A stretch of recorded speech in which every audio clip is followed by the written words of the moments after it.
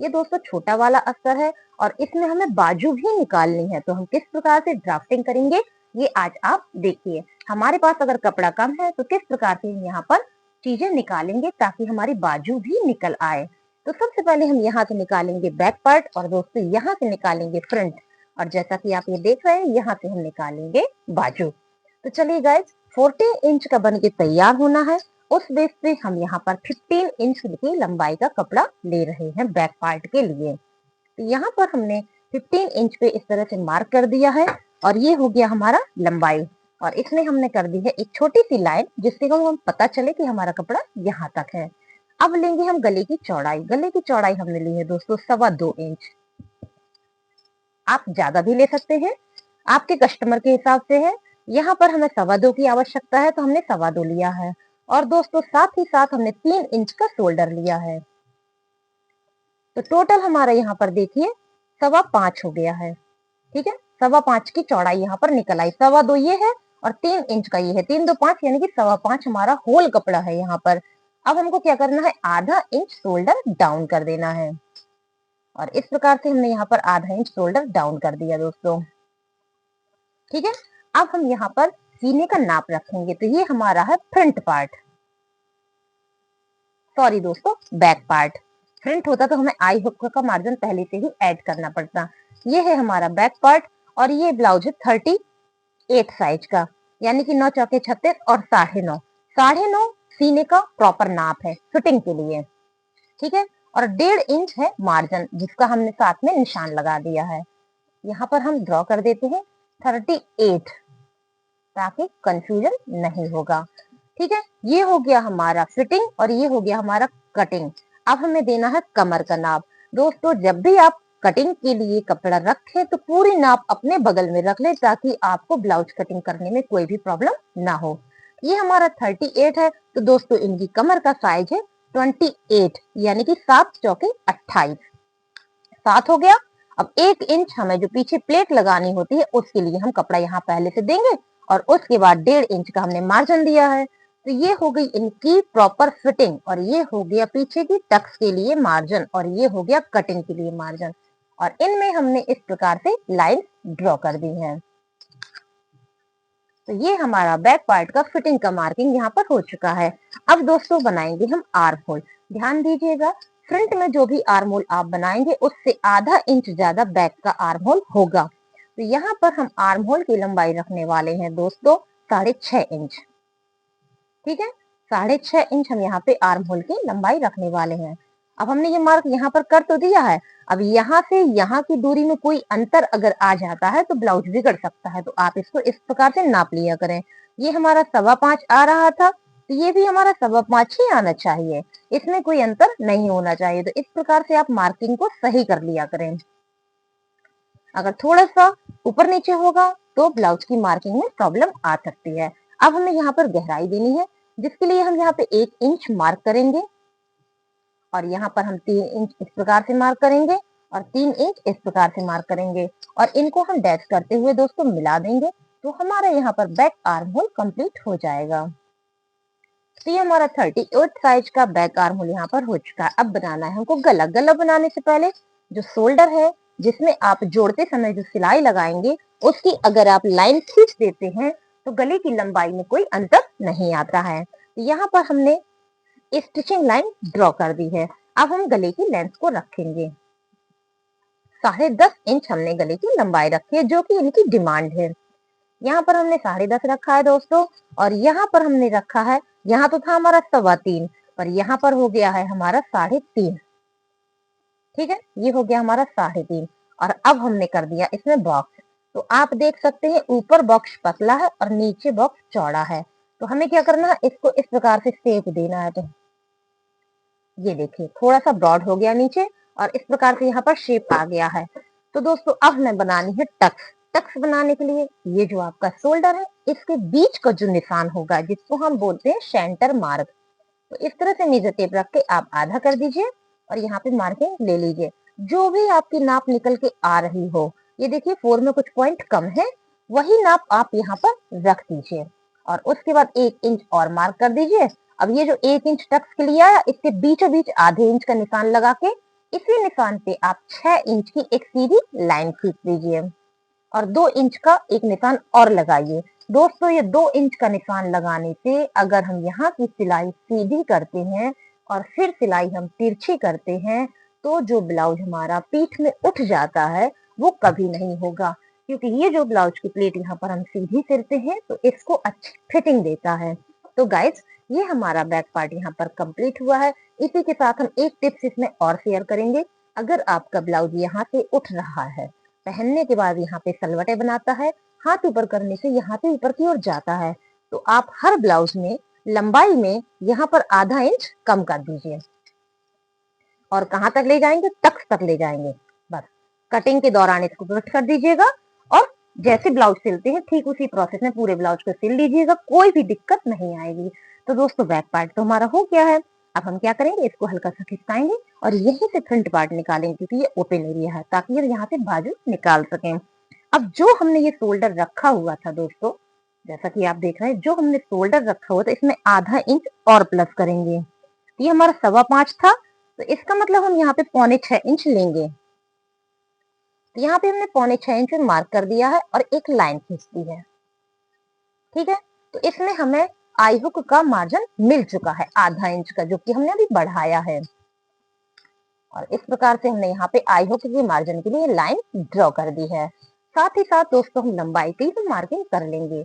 जब 14 इंच का बन के तैयार होना है तो हमें 16 इंच चाहिए है। तो ये देखिए दोस्तों 16 पे हमने यहाँ पर मार्क किया है और इस प्रकार से हमने लाइन की है ताकि हमारे पास बाजू के लिए प्रॉपर कपड़ा बच सके। तो देखिए गाइस यहाँ पर हमारी 5 इंच की बाजू आराम से बन जाएगी।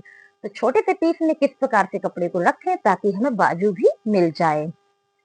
अब हम क्या करेंगे, आधा इंच का शोल्डर डाउन करेंगे। तो शोल्डर डाउन करने से पहले आपको गले की चौड़ाई पता होना बहुत जरूरी है। तो वो है 2.25 इंच हमने मार्क कर दिया और आधा इंच शोल्डर हमने इस प्रकार से डाउन कर दिया है। अब हम चेस्ट का नाप रखेंगे दोस्तों। जैसा कि अभी हमने बैक पार्ट में बनाया, तो हमें फ्रंट में लूजिंग भी ऐड करनी है। तो यानी कि फ्रंट में हमें 0.25 की लूजिंग ऐड करनी है, यानी कि 1 इंच का चौथाई हिस्सा। तो 9.5 प्रॉपर फिटिंग आती है, तो हम यहाँ पर रखेंगे 9.25 आई हुक का मार्जिन छोड़ने के बाद। ये हमने 9.25 यहाँ पर रख दिया है और फ्रंट पार्ट होने की वजह से हम यहाँ पर लाइन को सीधा रखेंगे। सीधा रखने में एक ध्यान दीजिएगा, मिस्टेक मत करिएगा। यहाँ से यहाँ हमने 9.25 रखा है, तो हम यहाँ पर भी नाप लेंगे 9.25 है या नहीं है। कभी कभी जल्दबाजी में लाइन तिरछी हो जाती है, जिसकी वजह से बेल्ट वाले टक्स की नाप बिगड़ जाती है और अच्छी फिटिंग नहीं आती है। तो इस प्रकार से आप नाप कर ही लाइन खींचा करें। अब हम क्या करेंगे, यहाँ पर 1.5 इंच का मार्जिन और ऐड करेंगे। ये देखिए हमने 1.5 इंच का मार्जिन और ऐड कर दिया है।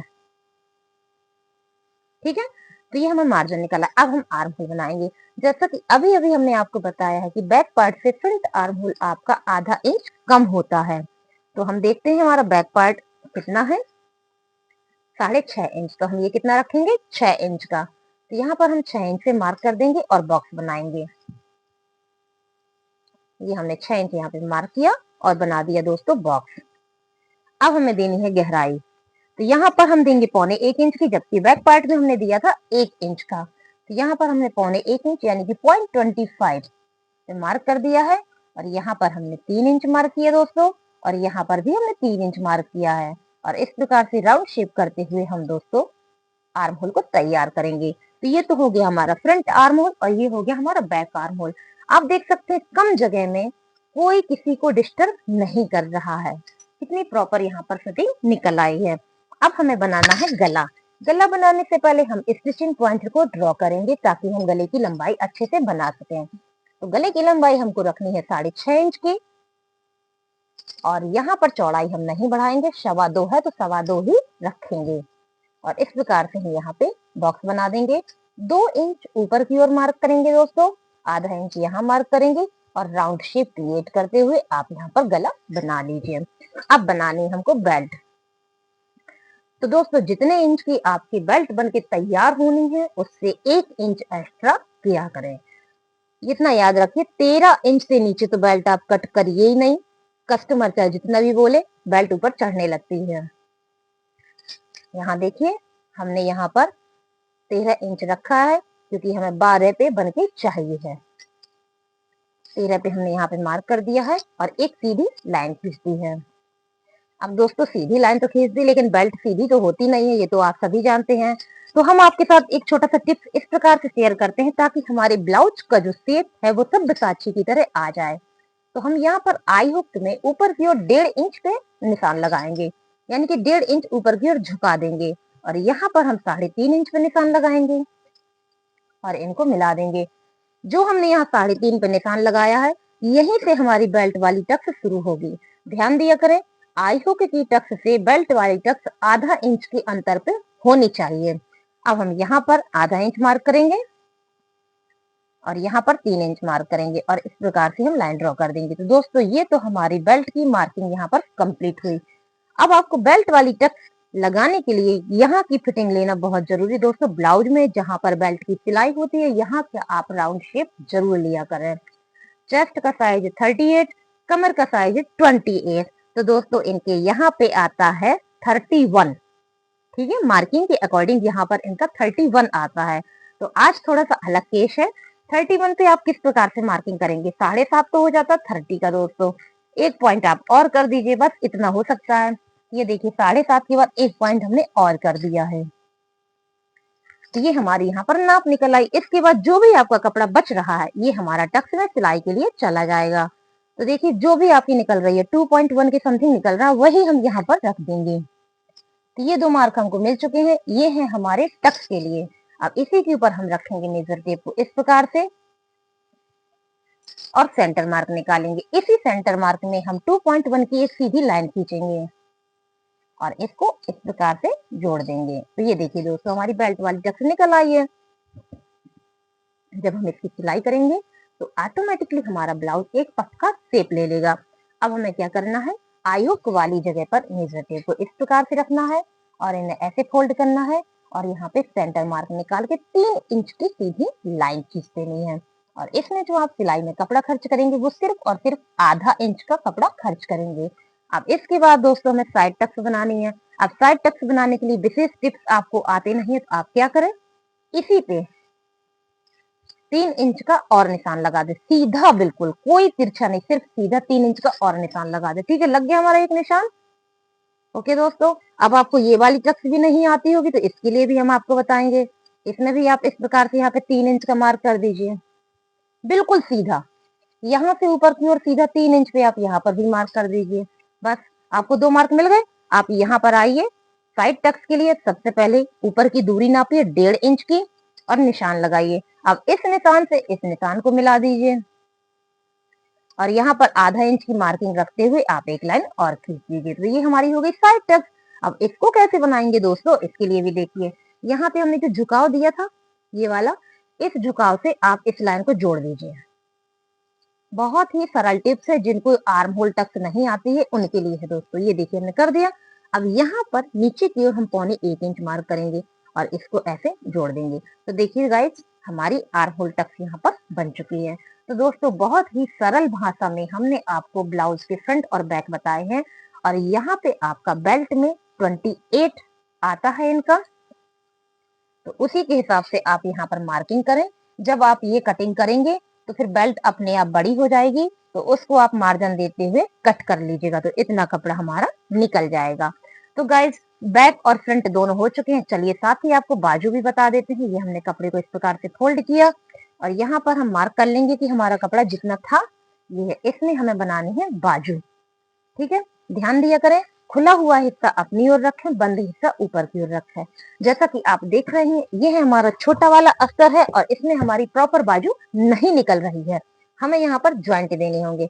तो हम लोग क्या करेंगे, देखिए इस ब्लाउज में आपको यहाँ पर साइड से कपड़े मिल रहे हैं, तो यही कपड़े आप बाजू में जोड़ लगा दीजिएगा और उसके पहले आप इसको इस प्रकार से खिसका के रख दीजिए। ये हमने इसको ऐसे खिसका दिया, जितनी आपको जरूरत है आप उसको उतना ही खिसका सकते हैं।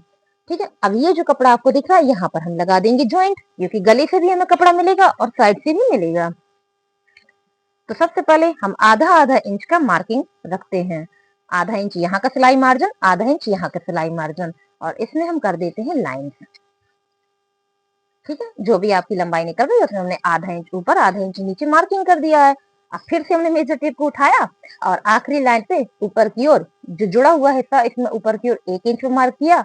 दूसरी लाइन पे दोस्तों हमने यहाँ पर 5 इंच पे मार्क किया है। ठीक है, 2 मार्क हमको मिल गए। अब तीसरा मार्क हम कहाँ देंगे, क्योंकि हमने तीसरा निशान तो लगाया ही नहीं। तो हम लोग क्या करेंगे, इस तरह से मेजर टेप को रखेंगे और यहाँ पर 2.5 इंच मार्क करेंगे। ये हमारी 5 इंच की बाजू है, इसलिए हम 2.5 इंच मार्क कर रहे हैं। अगर हमारी बाजू की लंबाई ज्यादा होती तो हम 3, 3.5, 4 तक जाते हैं। ठीक है दोस्तों, 3 मार्क हमको मिल चुके हैं और इसमें भी हमने यहाँ पर लाइन कर दी है। अब इसमें कितना निशान लगाएंगे हम, इसमें लगाएंगे हम 7 इंच। ठीक, अब इन निशानों को हम इस प्रकार से मिला देंगे। ये हमने मिला दिया। अब साथ ही साथ हम आर्म होल की ओपनिंग, ये देखिए बाजू की ओपनिंग 5.5 और 6, इस पे भी निशान लगा देंगे। ये देखिए दोस्तों, अब इतनी बाजू तो हमारी बन गई। जो हमें फ्रंट पार्ट में गहराई देनी होती है उसकी मार्किंग भी हमें यहाँ करनी है। तो एक निशान तो हमारे पास पहले से है, एक निशान हमारे पास ये है।